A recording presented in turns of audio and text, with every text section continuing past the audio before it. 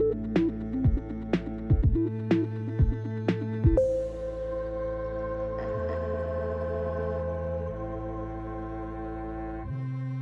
guys, welcome back to Release the Craftin. Bristol here with another episode of Storycraft. And you guys, today I figured since it is, as the time of this recording, the Lunar New Year, and we're ringing in the Year of the Snake, I would tell you a snake story. And I might tell you a couple of snake stories, because I actually have, like, a favorite snake story that I wanted to share today, but there's actually a bunch of different versions of it, so as to not butcher the tale, I was like, oh, this needs more research, and I can't just tell it off the cuff like I normally do.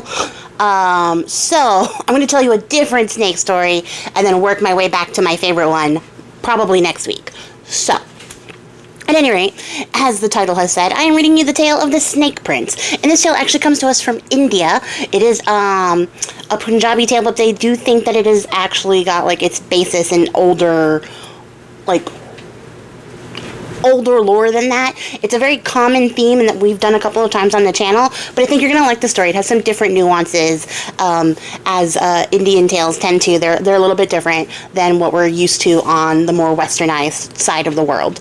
But I think you're going to like this story, so I'm going to tell you the story and then we'll talk more about it at the end, as per usual. And because I think I haven't done it for a minute, I'm going to guiltily tell you that I have a Patreon, and it's got cool stuff up there, and if you want to see it, check it out. It's a great way to support my channel if you like what I do here. I'm also considering adding YouTube memberships and maybe doing something with that, so if there's interest for that, let me know if you're more comfortable doing a YouTube membership than going out to a different website like Patreon. I would definitely love to know if you're interested. So, that's the business end of this. Let's jump into the story.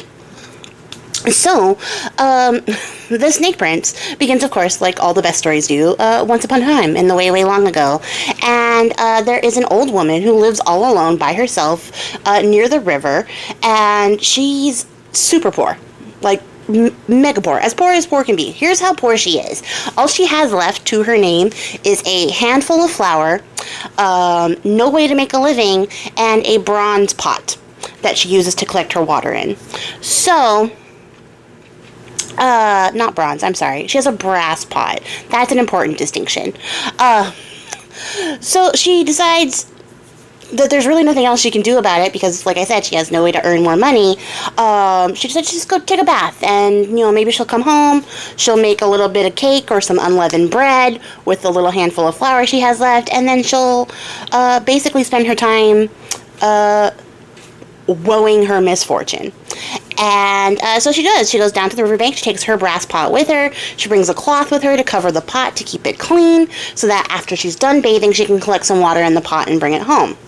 So when she gets down to the river, she covers up the pot, she takes her bath, and as she goes to go pick up her brass pot, now that she's done with her bath, she lifts off the cloth, and inside is a super deadly snake. Just chilling in there. So she goes, oh, and she drops the cloth back onto the pot, and she's like, well, shit. And, trigger warning for, ideations of unaliving here. She decides that she is going to keep the cloth over the top of the pot, and take the snake home, and she says out loud, kind death, I will take thee home to my house, and there I will shake thee out of my pot, and thou shalt bite me, and I will die, and then all my troubles will be ended. So, sadly, she goes home, and she goes to, set all of her affairs in order, which is really her handful of flour and her meager living space, and decides to close all the windows and the door, and, just upends the pot into the hearth.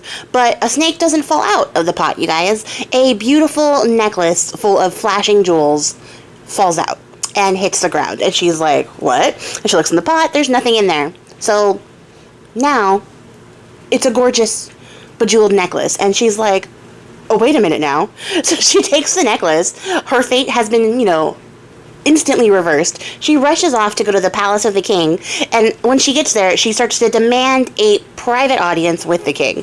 She's like, I have something for the king, and the king only the king's eyes and ears can see what I have for him.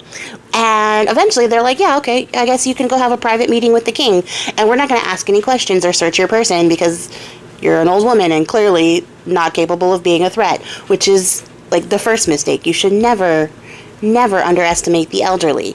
Secondly, she gets in there to her audience at the king. She shakes out her veil, and out falls the beautiful necklace. And the king sees the necklace, and he's like, well, wait a minute. That's actually stunningly beautiful, and I need it. I want it. Gimme, gimme, gimme right now. And she's like, well, you can have it, if you could maybe put something else in my hand in exchange. So the king gives her 500 pieces of silver, and she's like delighted because that's enough for her to live the rest of her days comfortably in peace with. And she leaves. So the king takes the necklace, he pockets it. He spends the rest of the day being very dismissive in the court because he's like, I gotta show my wife this necklace. She's gonna be so excited. I have a present. He's not the kind of person who can keep a secret. You guys, he can't sit on presents, he can't sit on secrets. So he spends all day basically just sort of phoning it in until he can get away from his like kingly duties so he can rush in and tell his wife what he got. So he calls his wife in and he's like, you're never gonna believe what I got you. And he shows it to her, and she's as in love with this necklace, or maybe even more so, than the king himself is. And she's like, oh my god, it's so beautiful. I can't wait to wear it for something really fancy. And he's like, yeah, but until we're ready to wear it like for the perfect occasion, we're going to lock it up with the rest of your jewelry. So they put it in her jewelry box, to which only the king has a key, to which I then go, is it her jewelry box then, if she doesn't have a key to her own shit? But that's neither here nor there. So the king locks it up. They go about their business. And then a little bit later, they hear that a king in a neighboring kingdom is celebrating the arrival of his beautiful baby girl. And they invited all the people to come out to celebrate and have a big party. And so they were like, this is it. This is the occasion for the queen to, like, show what she's made of, to strut her stuff with her brand new, like, bit of drip. So they go to the jewelry box, the king does, and he's like, I'm going to get your necklace, you get dolled up, we're going to go to this party, we're going to look fabulous, we're going to steal the show from this baby, that's what we're going to do. So he goes to the jewelry box, he unlocks it. Inside, there is a wailing. The wailing of a baby. There is a baby in the jewelry box where the necklace used to be. And the king is like, oh, we have always wanted a son, and here's a baby boy in the box of jewelry right in front of me. So he starts screaming to his wife, and his wife is like, oh my god, someone stole my new jewelry, right? So she rushes in there, and she's like, I can't believe someone stole my necklace. And he's like, come look, you have to see this. We've always wanted a son, and now, like, the heaven has decided to bless us with a son. And she's like, have you gone fucking crazy? Like, what? And he's like, in this box is a baby. And she's like, maybe we shouldn't go. Like, I think maybe you're losing your mind a little bit. And he's like, no. Come over here and see this. And he's like dancing around the box. He's so excited, you guys. Like, he's more excited for this baby than he was for the necklace. And he was really excited for the necklace. So once he starts dancing around, he's excited. And then the baby goes from like being grumbly and cranky to also excited, because the baby's like, I want to be in on the party too. So the baby lets out a laugh and starts to wiggle around, at which point the wife hears the laugh and she rushes over and she sees that there is a baby in there, a perfect, beautiful baby boy in this box. So she scoops him up and she's like, we can't go to the party because I have a son now. We have to have our own party. And so she's like, this is better than any necklace I could have possibly asked for.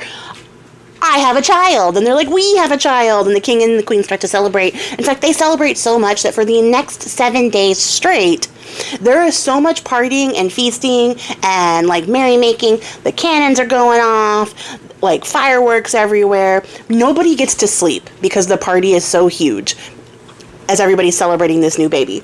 And like, it's like one of the happiest days of this couple's time. And so a few years go by, and the two kings now each have their own children of the same age, growing up beautifully, and they're like, hey, we're kings, you have a daughter, I have a son, we should form an alliance.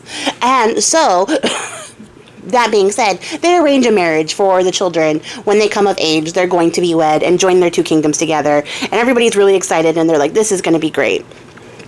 So, what you should know, and this is kind of important. Remember the old woman? She didn't fuck off forever, you guys. She came back. She actually came back to be the nursemaid for the new prince. And she's been working in the palace ever since. She doesn't actually have to work, but the king was like, hey, you brought this blessing to us. Do you want a job? And she was like, I actually really do enjoy financial security. So yeah, I would love to have a job. So she's now the caretaker of the prince.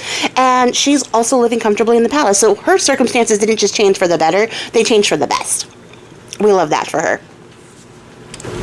But the problem with inviting her over is that she was also a bit of a gossip. So she was like, hey, you guys, I don't know if you've heard this story, but whisper, whisper, whisper. The prince was actually born of a snake, a necklace, and I gave it to the king. It was me.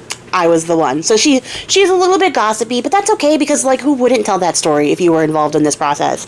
But the story starts to become more than a story, more than just a recounting of events that happened. It becomes a full-blown rumor, and the rumor reaches the other kingdom. And basically what happens when it gets to the other kingdom is all that they hear is that the prince has some magical circumstances behind his birth. And this is one of those things that gets into the ear of the neighboring kingdom's queen, and she's like, I must know the answer to this. Like, what was the magic? How did this happen? I must know. So as the years go by, she's trying to find out more information. She's like, tell me everything. I want to hear every story, every theory about this prince's possible birth. And when it comes to the time that the prince and princess are of age and can finally be wed, she tells her daughter right before the wedding. Now here's the thing. The prince has some sort of magic about his birth, and it's your job to stonewall him until he decides to tell you what the circumstances of his birth are, because I have to know. So what I need you to do is to not speak to him until he finally cracks and asks you why you're not speaking to him. And then when he does, tell him that you're only going to talk to him if he tells you the circumstances of his birth. And she's like, okay, well, I love you, Mom, so yeah, I guess I'll do that. You've been married this long. You have great advice. This couldn't possibly be a toxic way to like, you know, find out some information and have a conversation. You're right. So when they get married, from the moment they are married, the princess does not speak to the prince. And he's like, we should be celebrating. We should be having a happy time. How come you're not talking to me? So she says, tell me the secret of your birth. And he gets really sad, and he gets a little bit, you know, fussy-faced, and he's like, I would tell you, but if I told you, you would repent it forever. And so he doesn't tell her. So a couple months go by, and they are living miserably because they're not talking to each other. He's trying to talk to her. She's not answering. She won't respond. She won't even nod in his direction. And anytime he finally cracks, he's like, please just talk to me. Like, why won't you talk to me? She's like, tell me the circumstances of your birth then. And he's like, if I told you, you would regret it for the rest of your life. And she's just like, well, tell me. And he's like, okay. If this is what you want, then tonight at midnight, I will tell you, and you will regret this for the rest of your life. So she's like, yeah, bet, absolutely, tell me.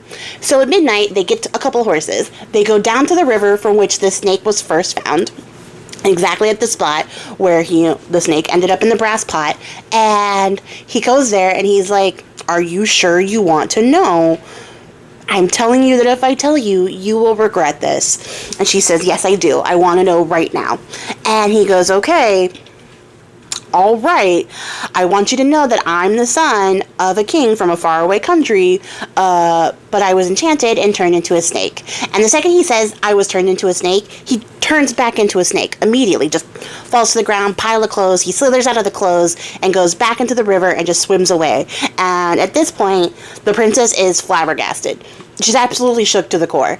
And she ends up just sitting there by the pile of clothes that used to be her husband and spends the entire night like wailing, mourning. And then by the morning, when the palace people, the guards and the stuff come out to go look for her, she's like dead silent. She can barely talk. She's nearly catatonic. And when they finally do rouse her enough to say something, they're like, where's your husband? What happened? She's like, build me a house right here. I'm not leaving this spot.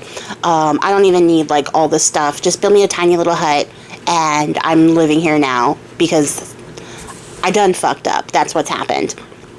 And everyone's like, what the heck? But her parents love her, so they're like, okay, build her the little house by the river. Like, that's what we're doing. So they build her the house. And for years, she lives there by herself, always wearing black because she's in mourning, with nothing more than one servant to attend her and a couple of guards to watch her at night, because of course they're not going to leave the princess unguarded while she's out here having the mourn of the century, right? So she spends 5 years mourning the loss of her husband and sort of just lamenting all of her luck, because It was her fault. If she had just let it go, none of this would have happened. And she manages to wake up one morning and try to go about her day until she notices that there's like a spot of mud on the floor. And it's not dry mud, it's like wet mud. And she's like, hey, and she goes out to the guards and she's like, hey, did somebody come in my room last night? Like, was somebody in my hut? And they were like, no, that's impossible. Nobody can get past us. Like, that's not a thing that could possibly happen. So she's like, okay, maybe like a bird flew in my window and left some mud on the floor or something. Like, I don't know. So the second night comes around. She wakes up in the morning. There's another little spot of wet mud on the floor. And she's like, okay, that once is a coincidence. Twice is someone is doing this. So she goes back out. She asks the guards. They're like, no, nobody got past us. Like, we've been here all night. Nothing happened. So she's like, okay. So the third night comes and she's like, I gotta know who's putting the mud in front of my door. So she decides to stay up and, you know, be real secretive about it, pretend like she's falling asleep. She takes a penknife to prick her finger and she sprinkles salt into the wound so that the pain will keep her awake, and she just rubs her finger with more salt every time she starts to fall asleep so that she can see what happens. And what she sees in the moonlight is that a snake comes wiggling along the ground, and it's got a little bit of mud around its face from where it like jumped up out of the river. I don't know how snakes get out of the water. You know how snakes do things. They slither. So it's got a little mud around its face, and it leaves a little mud on the floor, and then it sort of rises up to get level with her bed, and she's like, who are you and what are you here? Because she has no chill. If we've learned anything about her, this girl has no chill. And the snake's like, I'm the prince. I'm your husband. I came to visit you.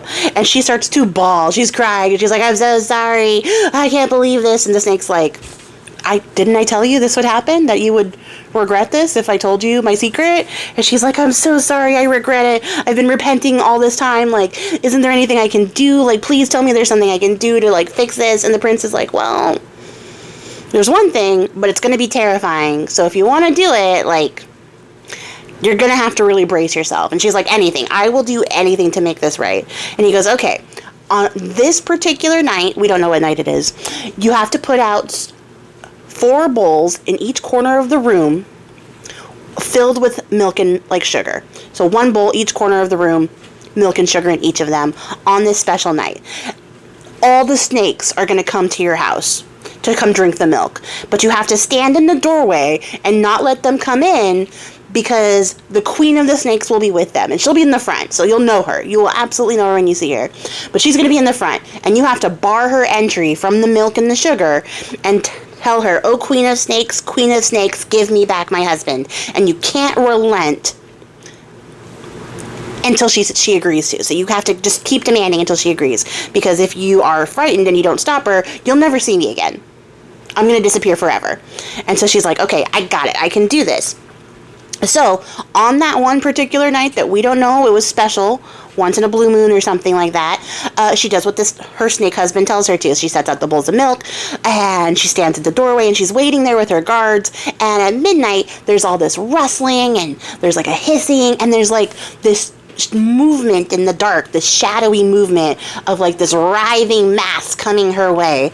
And she gets terrified, but not as terrified as her guards do, because they see the sea of literal snakes coming towards them, and they take off running. Great job, guys. But she decides that she got herself into the mess, so she has to get herself out of it, and so she can't afford to get up and leave right now. So she, like, squares her shoulders, squares her feet up, and she's like, I'm not moving from this spot. And she's right, because at the very front of the procession, just like the prince said, there is a snake that is noticeably larger and more regal looking than the rest. A little bit more jeweled in her scale tones, right? And she is coming fast at the house. And so the princess stands there until the snake queen gets to her level, rises up, and the snake queen is actually taller than her. And she goes, oh, snake queen, queen of snakes, give me back my husband.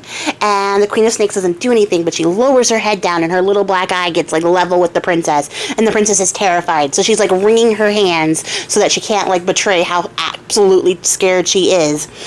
And the Queen of Snakes is like weaving her head back a little bit, back and forth, trying to figure out how to get past the princess to get to the milk and sugar.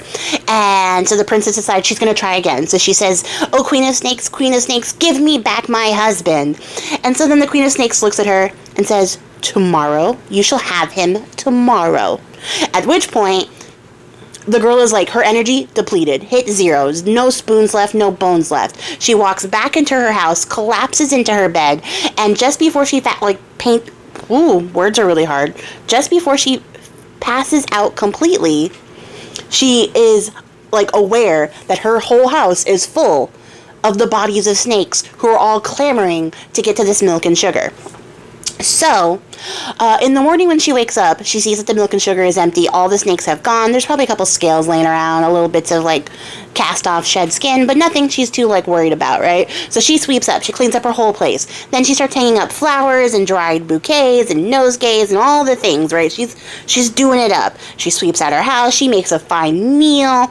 She makes a feast. She gets 1,000 candles in her little hut, and that's a lot of candles, you guys. That's probably too many candles in a little tiny wooden hut by the river. And she waits all day because she doesn't know, like, when her husband's going to show up. She doesn't know what form he's going to show up in, but she is, like, waiting. She's pacing around. I don't think the guards even returned at this point. They were like, that house is full of snakes. The princess is a lost cause. And she hears, at the point where the sun starts to set, she hears a laughing. And she rushes out to see her husband in his human form, laughing and crying as he's rushing towards the house. And she starts to cry and laugh too. They embrace each other, and they weep with joy to be back together again. And eventually they go back to her palace to live at her home in her castle with her parents, and her mom and dad are so thrilled that she's returned and come out of this 5-year mourning slump that they don't even ask about the prince's unusual birth. They're just like, oh my god, I'm so glad that you guys are back. Like, we have no questions, just welcome home. And they have another week of feast, this time at the different kingdom. So now these people got a taste of what it's like when the royals tear up for an entire week. And by this point, you might be asking, what happened to the old woman? Well, she's still kicking, and she actually ends up moving into the new palace with our snake prince and his bride, so that she can be the nanny to their children, although at this point she's actually a little bit too old to be their nanny. So she's just there to, like, love them and tell them stories, like the story of how she found a snake in a pot, and then it became a necklace, and then the necklace became a baby, and the baby became a prince, and the prince became a snake again, and then was a human again, and that's the end of the story. The end. So that's the Snake Prince. And I actually wanted to tell this story because, of course, it's a fun snake story, so timely, but also because it's another one in one of my favorite, like, tale types, the Arns Thompson Uther, like, tale types, which is the Animal Bridegroom, which is a story where usually the prince is an animal, and from some circumstance, usually caused by the bride, she loses her husband, and then she has to go on some sort of quest to get him back.